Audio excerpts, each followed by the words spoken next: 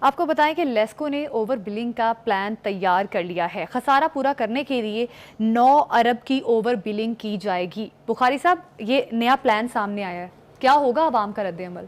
وہ میں بولوں گا تو بولو گے کہ بولتا ہے۔ آپ مجھے بتائیے، دنیا کے کسی بنانا ریپبلک میں یہ ہوتا ہے کہ آپ جو ہے اوور بلنگ کر کے لوگوں کا خون نچوڑیں؟ شرم آنی چاہیے میرے خیال سے جو اس کے ذمہ دار ہیں۔ وہ محسن نقوی صاحب نے ایک انیشیٹو لیا تھا، ٹاسک فورس بھی بنائی تھی انہوں نے، کہ جن سے آپ نے اوور بلنگ کی ہے ان کو پیسے واپس کریں۔ وہ معاملہ کہاں ہے مجھے اب اس کا تو اندازہ نہیں ہے۔ ہوپ فلی کہ محسن نقوی صاحب اس کو ایکٹیولی پھر پرسو کریں گے تاکہ لوگوں کو تھوڑا سا ریلیف ملے۔ آپ مجھے بتائیے کہ 9 ارب روپے کی بلنگ، اوور بلنگ جو ہے جب آپ کریں گے عوام کے اوپر تو کون سا گھر بچے گا؟ لہٰذا کیا ہو رہا ہے، ایک آدمی کے گھر میں ایک بلب جلتا ہے، ایک پنکھا چلتا ہے، اور اس کا بل کتنا ہے؟ 45,000۔ اس لیے کہ آپ نے آنکھیں بند کر کے جہاں دیکھیں، 2 طرح کا نقصان ہوتا ہے۔ ایک یہ کہ آپ کو لوگ بل پے نہیں کر رہے، دس از ون لاس۔ دوسرا یہ ہے کہ کنڈا کلچر ہے۔ تیسرا یہ ہے کہ آپ کو پتہ ہی نہیں ہے کہ بجلی چوری کہاں ہو رہی ہے۔ اور چوتھا یہ کہ آپ کے ادارے کے اپنے لوگ جو ہیں، یعنی واپڈا کے یا لیسکو کے یا جتنی بھی ڈسکوز ہیں، ان کے لوگ خود کس قسم کی کرپشن کر کے بجلی چوری کر کے کس کو دے رہے ہیں؟ ان کی تو منتھلی لگی ہوتی ہے نا۔ لیکن اس کا یہ آپ مجھے بتائیں، اس کا مطلب یہ ہے کہ آپ غریب عوام کو ٹھوک دیں جتنا بل آپ کا دل چاہتا ہے؟ ایک تو یہ بات ہے۔ دوسری بات یہ ہے کہ ہمارے ملک میں بجلی کے حوالے سے اتنے ایلز ہیں۔ ہم نے کل بھی پروگرام میں تذکرہ کیا تھا، پیچھے سے ہم 3-4 پروگرام اور کر چکے ہیں۔ یہ آئی پی پیز کا جو رولا پڑا ہوا ہے، آپ مجھے بتائیں دنیا میں کہیں یہ ہوتا ہے کہ آپ دیں کچھ نہ پیسے لیتے رہیں؟ اب میں نے کسی سے آپ بات کریں تھپڑ مار دے گا وہ آپ کو۔ بالکل، بخاری سے بھی تو مافیا بن گیا ہے نا آئی پی پیز۔ ان کو اب کون کنٹرول کرے گا؟ یہ مافیاز ختم کرنا کس کی ذمہ داری ہے؟ گورنمنٹ کی ذمہ داری ہے۔ لیکن گورنمنٹ جب 52% کی خود اونر ہوگی آئی پی پیز کی تو کون ایکشن لے گا جی؟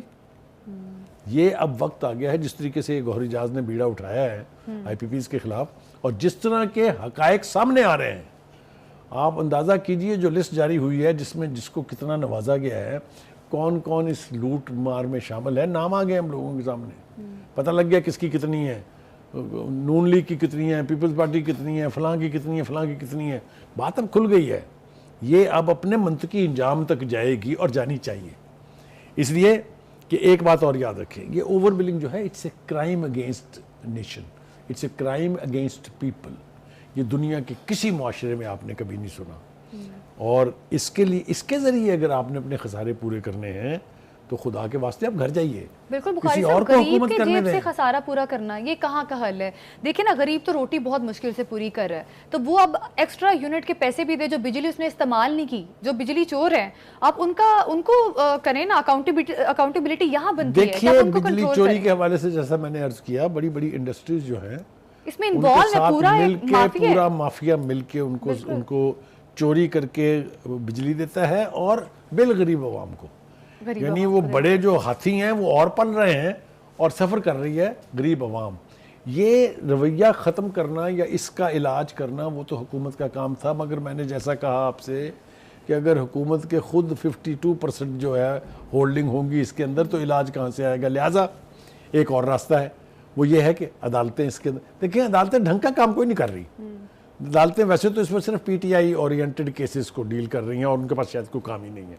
آپ کو یاد ہے میں نے کل بھی بتایا تھا، پرائم منسٹر صاحب نے کہا 2700 ارب روپے کے کیسز پینڈنگ ہیں صرف سپریم کورٹ میں، ان بڑے بڑے ٹریڈرز اور انڈسٹریل کنسرنز کے اگینسٹ، جو اگر مل جائیں تو ہمیں کسی آئی ایم ایف کی ضرورت نہیں ہے۔ صحیح بات ہے۔ تو مجھے یہ بتائیں فیصلے کس نے کرنے ہیں؟